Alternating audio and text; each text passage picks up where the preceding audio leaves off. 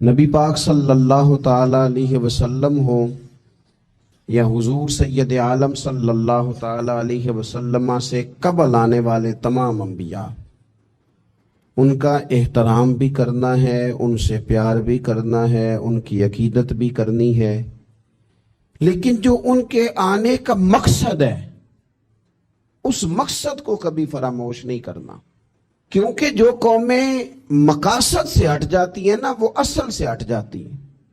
اللہ کریم نے قرآن مجید میں فرمایا وَمَا أَرْسَلْنَا مِن رَسُولٍ إِلَّا لِيُطَاعَ بِإِذْنِ اللَّهِ۔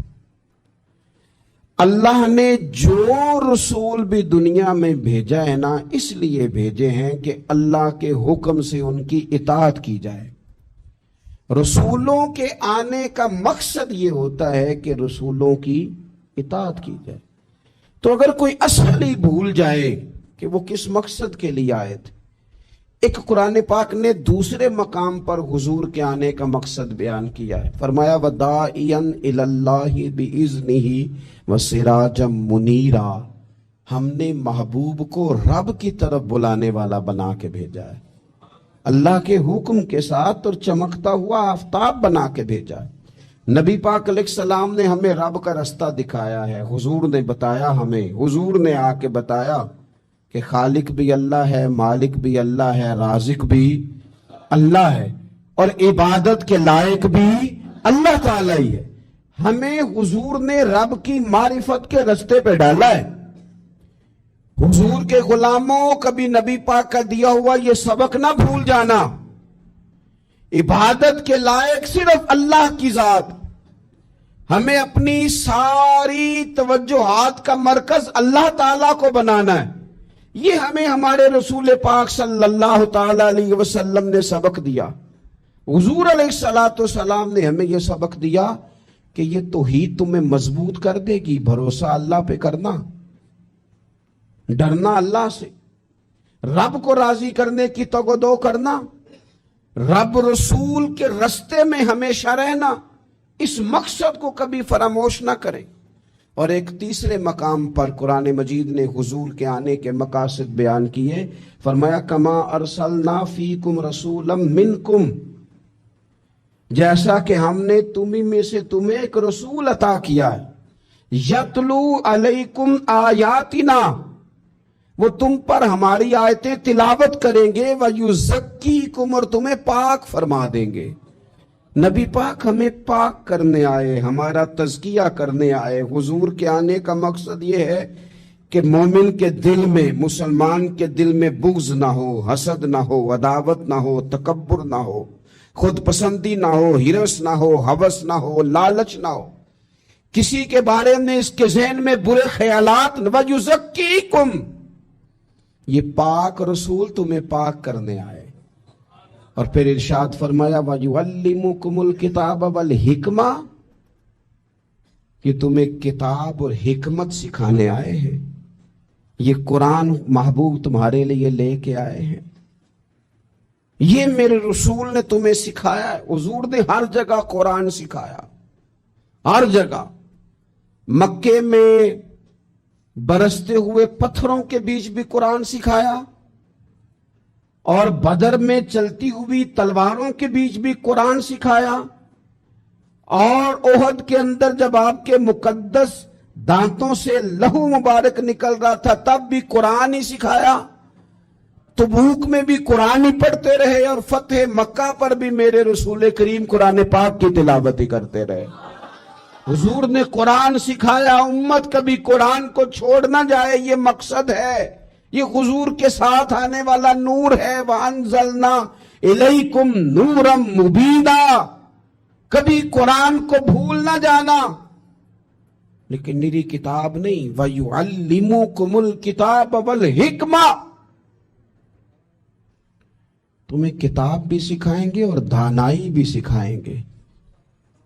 زندگی جذباتی اور جوشیلے لوگوں کی طرح نہ گزار دینا، بس جس طرف جوش آیا اس طرف نہ ہو جانا، ہواؤں کے رخ کے مطابق نہ چلنا، دانائی کے ساتھ، حکمت کے ساتھ، معاملہ فہمی، بصیرت۔ کائنات کی ساری حکمتیں اگر پھوٹتی ہیں تو وہ دروازہ رسول سے خیرات لے کے پھوٹتی ہیں. جو فلسفیوں سے کھل نہ سکا اور نکتہ وروں سے حل نہ ہوا، وہ راز ایک طیبہ والے نے بتلا دیا چند اشاروں میں. نبی پاک علیہ السلام نے حکمت سکھائی، حضور سے دانائی سیکھے، حکمت سیکھے. وَيُعَلِّمُكُم مَّا لَمْ تَكُونُوا تَعْلَمُونَ. اور میرے محبوب تمہیں اس چیز کا علم دیتے ہیں جس کا علم تمہارے پاس نہیں تھا. حضور تو علم کی خیرات بانٹتے ہیں، نبی پاک علیہ السلام تو اپنی قوم کو علم دیتے ہیں، شعور دیتے ہیں.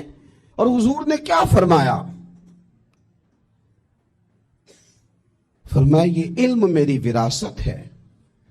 فرمایا جس کے ساتھ رب بھلائی کرنے کا ارادہ کرے اسے دین کی سمجھ عطا فرماتا ہے.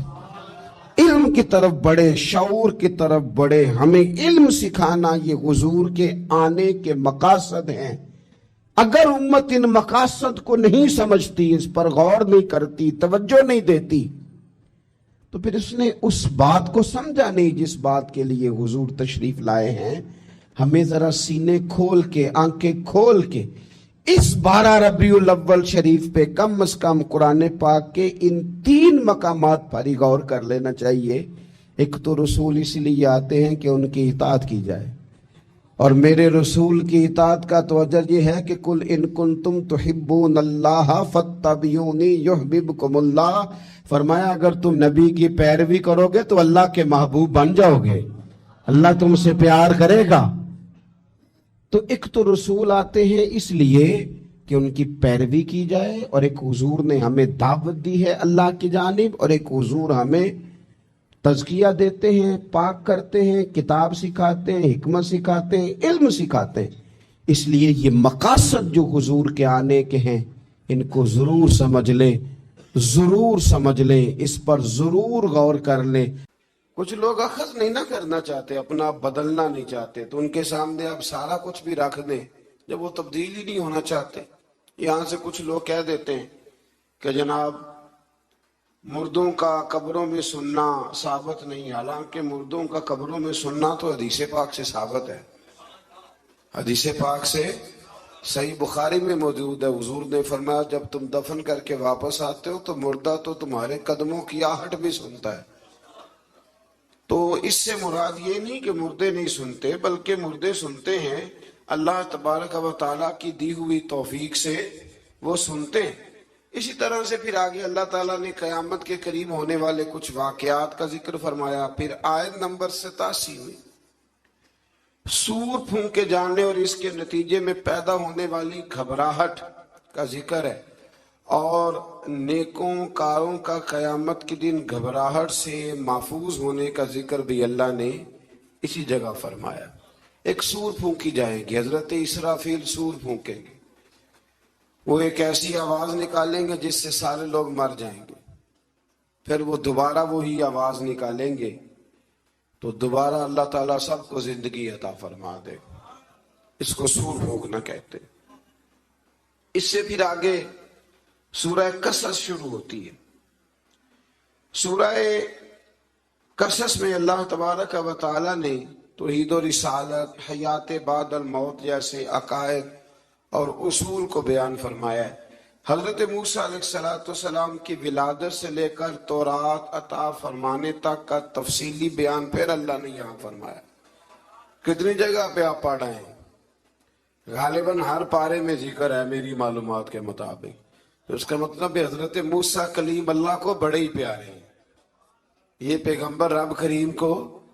لیکن جس جگہ بھی ہم یہ تذکرہ پڑھتے ہیں ایک علیحدہ انداز میں ہے، ایک نئے انداز میں، ایک نئے ذوق کے ساتھ. یہاں بھی اللہ تعالیٰ نے ایک نئے انداز میں اس واقعے کا ذکر فرمایا ہے. وہ ساری تفصیل بھی ہے جو پیچھے آیات کے اندر ہم نے دیکھی تھی کہ حضرت موسیٰ علیہ السلام پیدا ہوئے، پھر ان کی والدہ نے انہیں صندوق میں ڈال کر دریا میں بہایا، پھر جس طرح ان کی ہمشیرہ نے ان کا خیال رکھا، پھر اللہ نے انہی کی ماں کو انہیں دودھ پلانے کی توفیق عطا فرمائی. اس سے تھوڑی سی تفصیل اور آگے ہے سورہ قصص کے اندر. اس کی تھوڑی اور ڈیٹیل اللہ تبارک و تعالیٰ نے بیان فرمائی ہے. وہ اس طرح کہ حضرت موسیٰ پھر فرعون کے گھر میں پلنے لگے اور جب جوان ہو گئے تو فرعون کے ہاں جو ظلم ہوتا تھا حضرت موسیٰ اس پر بول پڑتے تھے, جلال فرماتے. تو فرعون پھر ناراض رہنے لگا, یہاں تک کہ اس نے آپ کو نکال دیا, آپ تشریف لے گئے وہاں سے. تو حضرت موسیٰ ایک دن شام کے وقت دوبارہ آئے بستی میں, لوگ سوئے ہوئے تھے. تو دو آدمی, ایک بنی اسرائیل میں سے اور ایک فرعون کی اپنی قوم میں سے, وہ دونوں آپس میں جھگڑ رہے تھے. لیکن وہ جو حضرت موسیٰ کی بنی اسرائیل کی قوم کا شخص تھا, اس پر وہ قبطی, وہ جو فرعون کے قریبی لوگوں میں سے تھا, وہ ظلم کر رہا تھا اور بوجھ اٹھانے کی بات کر رہا تھا. اب اس نے حضرت موسیٰ کو پکارا کہ یہ دیکھے میرے ساتھ کس طرح کی بات کر رہا ہے. تو حضرت موسیٰ کا ارادہ بھی نہیں تھا, آپ نے بس اس کو سمجھایا, پر کچھ لوگوں کو سمجھ. تو حضرت موسیٰ نے پھر ایک مکہ مارا, ایک گھونسا مارا, صرف ایک ہی. یہ کئی تگڑے اور دلیر اس طرح کے بھی ہوتے ہیں کہ گھونسا ایک بھی برداشت نہیں کرتے. وہ ایک مارا, آدمی دھڑام سے زمین پہ گرا اور ماری گیا. حضرت موسیٰ کا ارادہ نہیں تھا, لیکن وہ مر گیا. حضرت موسیٰ علیہ السلام نے اس بات پر اپنے رب سے استغفار بھی فرمائی. قرآن کہتا ہے کہ انہوں نے معافی چاہی کہ اللہ میرا ارادہ نہیں تھا. بہرحال اگلے دن نا حضرت موسیٰ دوبارہ آئے. وہ سنا کرتے تھے نا ہم کہ بیوقوف دوست سے عقل مند دشمن بہتر ہوتا ہے. وہ کم از کم دشمنی تو عقل مندی سے کرتا ہے نا, لیکن جو بیوقوف دوست ہو بیوقوف. حضرت موسیٰ دوبارہ آئے تو وہ بنی اسرائیلی اگلے دن کسی اور سے جھگڑا کر رہا تھا. پھر اس نے مدد کے لیے پکارا تو حضرت موسیٰ کہنے لگے مجھے لگتا یہ ہے کہ تیری عادت ہے, تو خود بڑا جھگڑالو ہے, تو نے روز نیا جھگڑا شروع کیا ہوتا ہے. حضرت موسیٰ جب اس کی طرف بڑے نہ ڈانٹنے کے لیے تو اس نے شور کرنا شروع کر دیا. کہنے لگتا ہے جس طرح آپ نے اسے کل قتل کیا تھا مجھے بھی قتل ہی کریں گے. یہ انسانوں کا مزاج ہے کہ آپ جب تک کسی کے طبیعت کے مطابق چلیں گے وہ راضی رہتا ہے, اور ذرا آپ اس کی طبیعت سے ہٹتے ہیں تو وہ شور کرتا ہے. اس نے کہا جی آپ مجھے بھی لگتا ہے ماریں گے. حضرت موسیٰ کلیم اللہ علی نبینا علیہ السلام کے بارے میں جب اس نے شور کیا تو بات پھر فرعون کے دربار تک گئی. وہ تو پہلے ہی بہانہ تلاش کر رہا تھا. اس نے کہا ڈھونڈو پکڑو اور معاذ اللہ شہید کریں گے. کسی نے آ کے خبر دی کہ آپ جہاں سے ہجرت کر جائیں, اس لیے کہ آپ کے لیے یہاں حالات درست.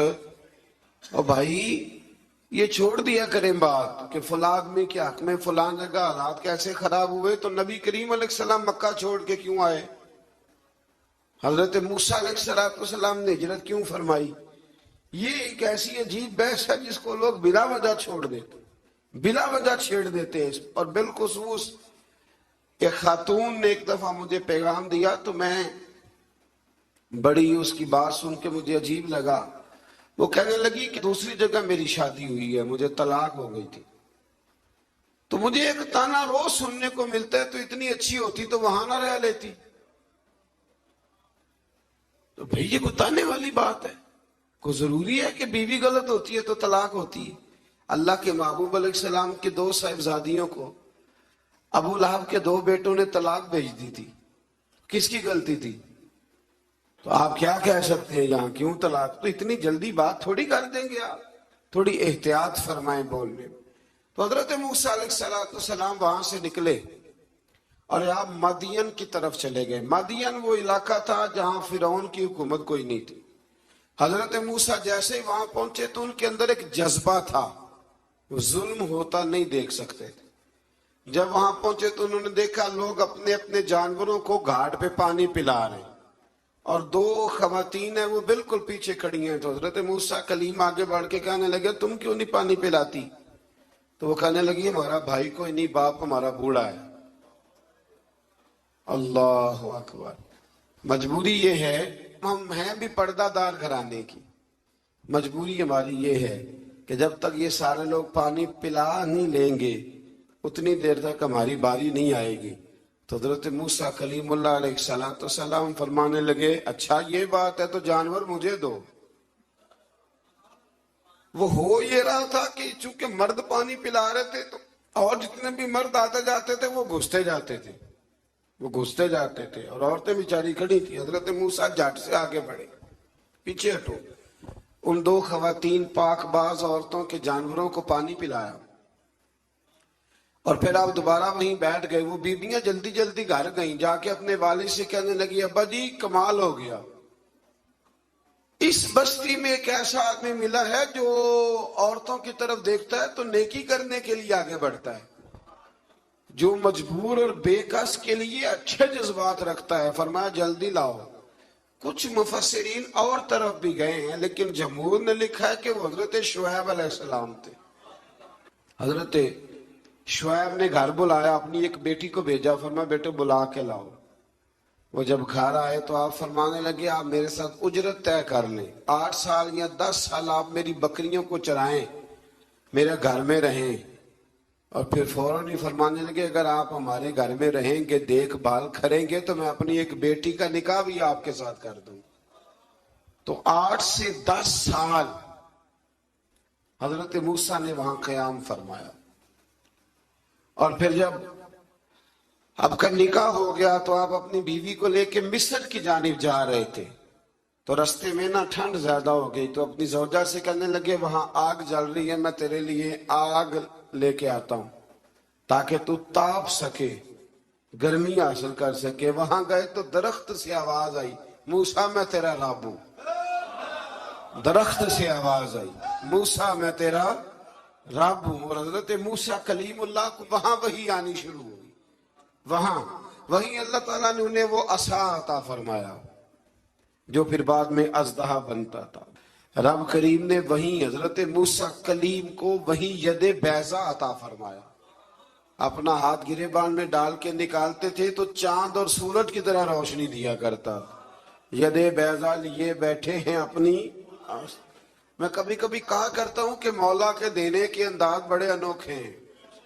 بھائی یوسف کو کنویں میں پھینکتے ہیں تو اللہ مصر کا حکمران بنا دیتا ہے. فرعون تکلیف دیتا ہے, بظاہر حضرت موسیٰ کو دیش سے نکالتا ہے تو اللہ تبارک و تعالیٰ انہیں نبوت کی دولت عطا کر دیتا ہے. تو یہ اللہ تبارک و تعالیٰ کی تقسیم ہے نا جی. اور مولا کے دینے کے انداز انوکھے ہیں, نرالے ہیں, بے نیاز ہے نا. جب دیتا ہے تو پھر کمال ہی کرتا ہے. تو پھر حضرت موسیٰ وہاں سے واپس آئے اور آ کر کے آپ نے دوبارہ وہ سارا نظام زندگی شروع فرمایا. پھر اس سے آگے آیت نمبر 44 میں فرمایا اگر تمہیں اس کتاب میں شک ہو تو تم اس سے زیادہ ہدایت والی کتاب اللہ کے پاس سے لے آؤ. اور سرکار دو عالم صلی اللہ تعالی علیہ وسلم کو تسلی دی کہ یہ لوگ اس لیے آپ کی پیروی نہیں کرتے کیونکہ یہ اپنی خواہشات کی پیروی کرتے ہیں. غلامی ایک کی ہوتی ہے, اور جو 2 گھروں کا مہمان ہو بھوکا ہی رہتا ہے. ایک کی غلامی, یا خواہشات کی غلامی کرے گا یا مصطفیٰ کریم کی غلامی کرے گا. وہ ختم ہو گئی بات. اگر آپ کہتے ہیں کہ میری جوانی میری مرضی سے گزرے, میری جیب میں پیسے ہیں میں جو مرضی کروں, تو پھر مرضی کے غلام ہیں آپ.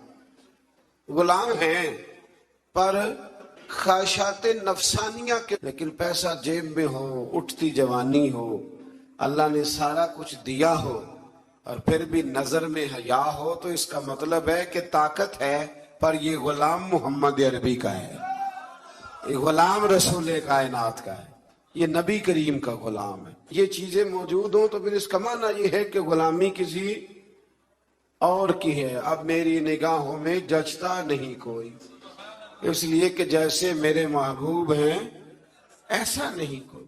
تو اس لیے یاد رکھیں کہ اللہ فرماتا ہے محبوب یہ تیری غلامی اس لیے نہیں کرتے کہ یہ کس کی غلامی کرتے ہیں.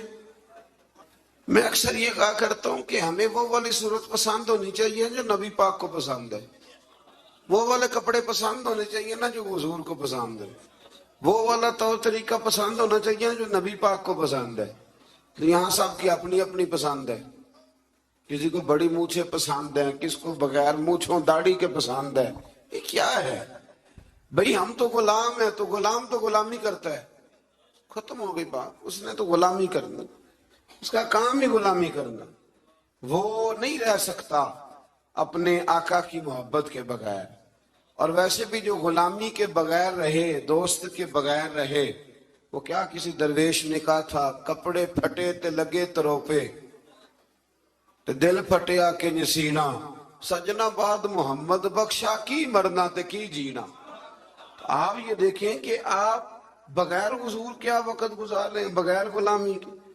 تو آپ کا تو طرز زندگی وہ ہونا چاہیے جس سے خوشبو آئے رسول کریم کی صلی اللہ. اس سے خوشبو آتی ہے، اس سے لطف آتا ہے، اس سے ذائقہ نصیب ہوتا ہے، اس سے برکت نصیب ہوتی، اس سے جو ہے نا وہ توانائی نصیب ہوتی. کئی دفعہ بڑی خوشی ہوتی ہے مجھے، ایک صاحب، دو صاحب، چار، تجھے جب 20 اور سینکڑوں لوگ ملے اور آہستہ آہستہ ایک عجیب سی لذت پیدا ہوئی جب مجھ سے آ کے کوئی پوچھتا ہے نا کہ اعلیٰ حضرت فاضل بریلوی نے فلانی بات لکھی ہے، مفتی اعظم نے یہ بات کہی ہے. میرا دل بڑا راضی ہوتا ہے کہ اس کا مطلب ہے کہ ہمارے بزرگوں کا نام ہمارے ساتھ جڑا ہوا ہے. کوئی سوال کرتا ہے، کوئی کہتا ہے. دیکھیں نا، میرے ایک دوست ہیں تو ان کے والد پیر بھائی ہیں، مرید ہیں، تو ان کا ابا شکایت لے کے آیا اور بڑے اس نے سخت سست جملے کہہ دیتے ہیں نا جی استاد کو، جی آپ کے پاس کیا سیکھا. حالانکہ استاد کے پاس بھی جواب ہوتا ہے کہ میرے پاس تو آیا 22 سال کے بعد، تو آپ نے 22 سالوں میں کیا سکھایا؟ یہ بھی تو جواب ہوتا ہے نا، لیکن نہیں دیا جاتا. اس نے بڑی شکایتیں لگائی ہوں، میں نے ساری ہنس کے سنی. میں ہنستا رہا تو مجھے کہنے لگے پیر صاحب میں شکایتیں کر رہا ہوں، آپ ہنس رہے ہیں. تو میں نے کہا کہ مجھے بڑی خوشی ہے، آپ میرے پاس اس لیے آئے ہیں کہ آپ نے مناسب سمجھا ہے. دیکھیں نا، بچوں کا علامہ شکایت کوئی ان کے باپ کو جا کے لگاتا ہے یا ان کی ماں کو جا کے لگاتا ہے. اس کا مطلب ہے کہ کائنات ان کا اور میرا رشتہ سمجھتی ہے. پھر بڑی جلدی لوگ کہتے ہیں میرا جی کوئی تعلق نہیں، میرے پاس تو 1.5 گھنٹہ آتا ہے. او بھائی 1.5 گھنٹہ کیا، 10 منٹ بھی ہے، رشتہ تو رشتہ ہی ہوتا ہے. یہ کیا بات ہوئی؟ اب میں آگے جاننا نہیں چاہ رہا، مطلب مجھے مزہ آنے لگ گیا اس موضوع کا، میں آگے جانا نہیں چاہ رہا. ایک صحابی تھے، حضور کو ہنسایا کرتے تھے. ایک دن غلطی سے شراب پی بیٹھے، آگے پتہ چل گیا شراب پیا. حضور نے فرمایا لے جاؤ تو ان کے ساتھ 80 کوڑے مارو، 70 کوڑے مارو. صحابہ کوڑے مار رہے ہیں تو حضور بے-چینی کے ساتھ ٹہل رہے ہیں. تو ایک صحابی نے کہا حضور اس نے تو شراب پی ہے اور اس پہ حد لگی ہے تو آپ بے چینی سے ٹہل رہے. حضور فرمانے لگے غلطی ہو گئی تو کیا ہوا، اللہ سے بھی پیار کرتا ہے، اللہ کے رسول سے بھی پیار کرتا ہے. اب یہ کیا بات ہوئی کہ ہم اپنا کہنا ہی چھوڑ دیں؟ یہ کہ جے کر یار دے نام دا ملے مینا، انہوں چولی پا لئیے پنجے سٹیے نا، تے یہ کر یار دے نام دی ملے سولی، تے چوٹا چوٹ لئیے پیشانٹیے نا. یہ کیا بات ہوئی؟ کہ یہ خواہشات کی پیروی کرتے ہیں تو محبوب ایک کی غلامی ہوگی، یا تیری کریں گے یا خواہشات کی کریں گے. تو اپنی ساری خواہشات ختم کر دیں، ختم. غلامی نام ہی اس کا کہ اپنی کوئی خواہش نہ رہے. رنگے چمن پسند نہ پھولوں کی بو پسند، ہم کو ہے وہ پسند جسے آئے تو پسند. تو اس لیے نکل آئیں اس راستے. یہ بڑا سوکھا حل ہے زندگی مزے سے گزارنے، زندگی لطف کے ساتھ گزارنے کا بڑا آسان اور بڑا پیارا اور بڑا میٹھا. اللہ سمجھنے کی توفیق عطا فرمائے. آیت نمبر 52 آیت نمبر 52 میں نجاشی کے دربار سے آئے ہوئے وفد کے قبول اسلام اور ابو جہل کی اس کے ساتھ بدتمیزی کا ذکر کیا گیا. وہاں سے نجاشی کے دربار سے کچھ لوگ آئے. جب حضرت جعفر طیار نے وہاں جا کے قرآن مجید سنایا تو رو رو کے ان کی آنکھیں تار ہو گئی. 7ویں سپارے میں میں تفصیل بیان کر آیا ہوں. وہاں سے کچھ لوگ کلمہ پڑھنے آئے تو نبی پاک صلی اللہ علیہ وسلم کے سامنے آ کے جب انہوں نے کلمہ پڑھا نا، یہ بڑی قابل غور بات ہے، آپ نے اس بات کو سمجھنا ہے. اس کے کئی پہلو ہیں جو توجہ کے قابل ہیں. انہوں نے آ کے کلمہ پڑھا تو ابو جہل ان سے کہنے لگا کہ ہم قریب رہتے ہیں، اگر معاذ اللہ تعالیٰ کوئی چیز اچھی نظر آتی ہوتی تو ہم نہ کلمہ پڑھ لیتے، تو اتنی دور سے آگے کلمہ پڑھ رہے ہو۔ پھر بدتمیزی کی، ان کے ساتھ برا بھلا کہا، انہیں تکلیف دی، تو وہ جاتی دفعہ پتہ کیا کہہ گئے؟ وہ کہنے لگے ہدایت تو رب دیتا ہے، ہدایت تو اللہ دیتا ہے، یہ تو اللہ دیتا ہے۔ دیکھیں نا، یہ جو دیا ہوتا ہے نا، اس کے بالکل نیچے اندھیرا ہوتا ہے۔ اب دیے جلتے نہیں تو نوجوانوں کو تو بالکل نہیں نہ پتا۔ اب تو موم بتی پچھلے کچھ سالوں میں تو شارٹ ہو گئی تھی، تو اب تو میرے خیال ہے بننی بھی ذرا کام ہو گئی ہے۔ تو جو دیا ہوتا ہے نا، اس کے بالکل نیچے، کبھی غور کیا آپ نے؟ اس کے بالکل نیچے کیوں؟ اس لیے کہ نیچے والے نیچے سے نکلنا نہیں چاہتے۔ وہ اگر نیچے سے نکل کے سائیڈ پہ کھڑے ہو کے روشنی کی زیارت کریں تو انہیں بھی ہدایت مل سکتی ہے، لیکن وہ کہتے ہیں جی ہم تو نیچے ہیں۔ وہ جو بیت اللہ شریف کے بالکل پاس رہتے ہیں وہ نہیں طواف زیادہ کرتے۔ بالکل ہمارے یہاں شہر کے ایک سنگی ہیں، تو بالکل زمزم ہوٹل میں کلاک ٹاور میں کام کرتے ہیں۔ میں نے ان سے کہا کہ نماز کا وقت ہوگا، میں نے کہا چلے؟ کہنے لگا جی ہم ذرا کم جاتے ہیں، آپ دور سے آئے ہیں تو آپ کو موقع زیادہ دینا چاہتے ہیں۔ تو ابو جہل نے مذاق اڑایا ان لوگوں کا، تو رب کریم نے ان آیات میں اس بات کا ذکر، اور یہ یاد رکھیں بڑی دور سے آئے تھے، بڑی دور سے ویسے کر لی، بڑی دور سے آئے، اللہ اکبر، اور جھلک دیکھے بغیر گئے، پر مصطفیٰ کریم نے جھولی بھر کے عطا فرمایا۔ اور عبداللہ بن ابی سلول منافق ساری زندگی پیچھے نمازیں پڑھتا رہا، پر منافق کا منافق مر گیا۔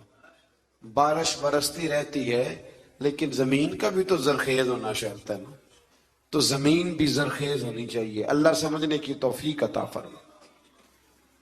پھر اس طرح اللہ تبارک و تعالی نے آیت نمبر 57 سے کفار مکہ نے رسول اللہ صلی اللہ علیہ وسلم سے جو کہا کہ اگر ہم آپ کے ساتھ ہدایت کی پیروی کریں تو ہم اپنے ملک سے اچک لیے جائیں گے، لوگ تو پھر ہمیں چھوڑیں گے نہیں، اس وطن سے لوگ نکال دیں گے۔ آج بھی حکمران کہتے نہیں دنیا کے ساتھ نہیں جینا، اسلام نافذ کر دیں گے تو پھر دنیا کیا کہے گی؟ بھئی دنیا کی دیکھنی ہے کہ اللہ رسول کی دیکھنی؟ بولی بولی انہوں نے بھی، کہنے لگے پھر تو دنیا ہمیں اچک کر لے جائے گی، یعنی موجودہ فوائد سے محروم ہو جائیں گے۔ اللہ تعالیٰ نے فرمایا کہ ہم نے ان کو اپنے حرم میں آباد نہیں کیا، جو امن والا ہے اس کی طرف ہمارے دیے ہوئے ہر قسم کے پھل لائے جاتے، لیکن ان میں سے اکثر لوگ نہیں جانتے، یعنی اسلام کی برکت سے دنیاوی نعمتیں چھن نہیں جائیں گی بلکہ اللہ تعالیٰ اس میں اضافہ فرما دے گا۔ دین کی برکت سے اضافہ ہی ہوتا ہے۔ وہ ابو جہل اس وقت کہتا تھا کہ اگر کلمہ پڑھ لیں گے تو پھر ہمارا کیا بنے گا؟ تو آج مکے کا کیا حال ہے؟ آج مکے کا کیا حال ہے؟ دنیا کی بہت کم فصل اور سبزی وہاں ہوتی ہے، ہوتی کم ہے پر ملتی ساری ہے۔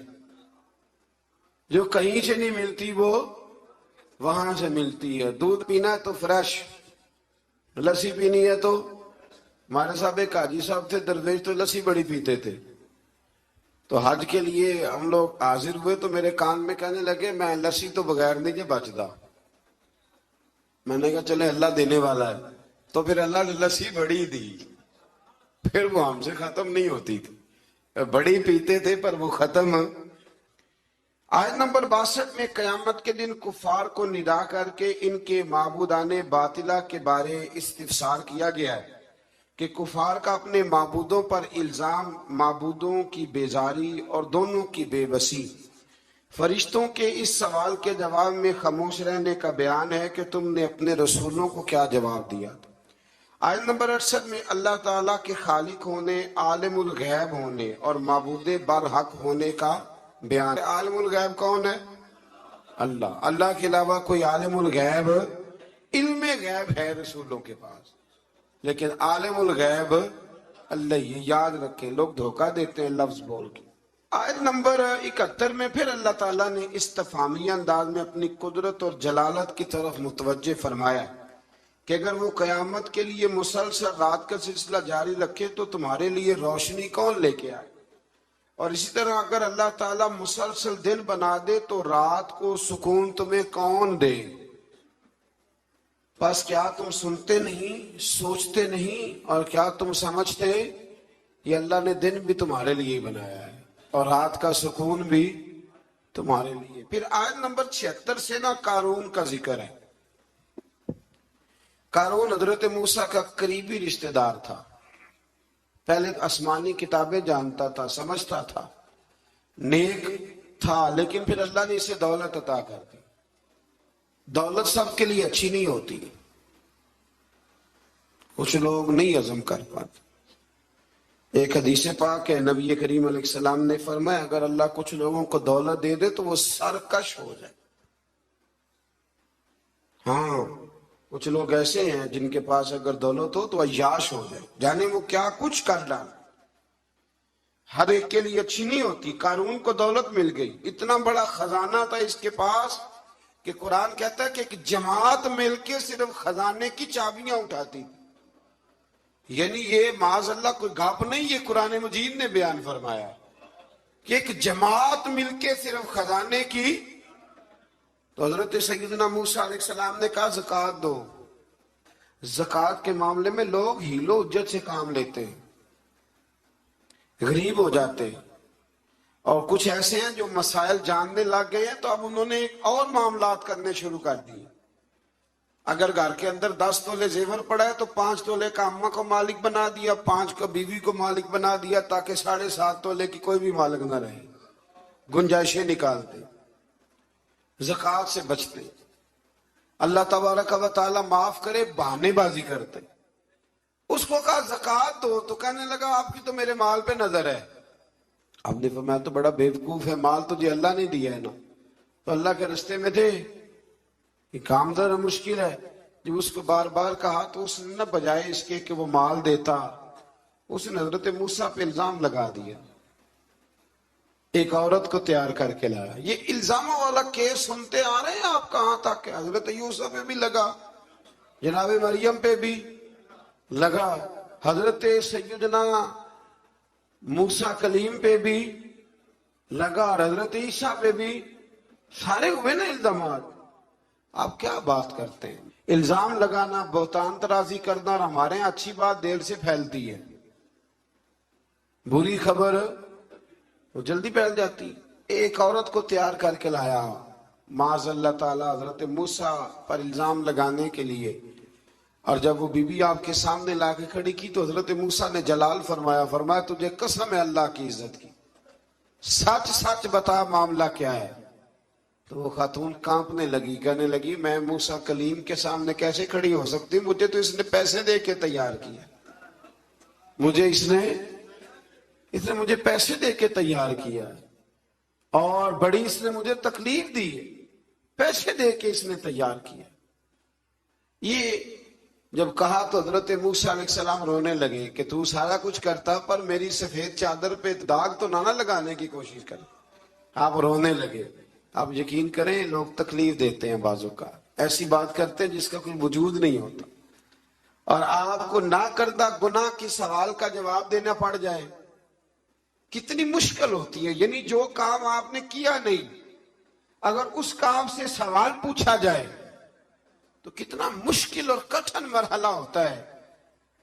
تو یہ کچھ لوگ کر دیتے ہیں لیکن وہ سمجھتے نہیں، کہتے ہیں آپ حوصلہ کریں، آپ درویش ہیں۔ حضرت موسیٰ سے بڑا درویش کون ہوگا؟ کلیم تھے نا اللہ کے، بڑا جگرا ہے نا، لیکن رو پڑے، کہنے لگے تجھے ایسا نہیں کرنا چاہیے، کہنے لگے اللہ اب اسے سزا دے۔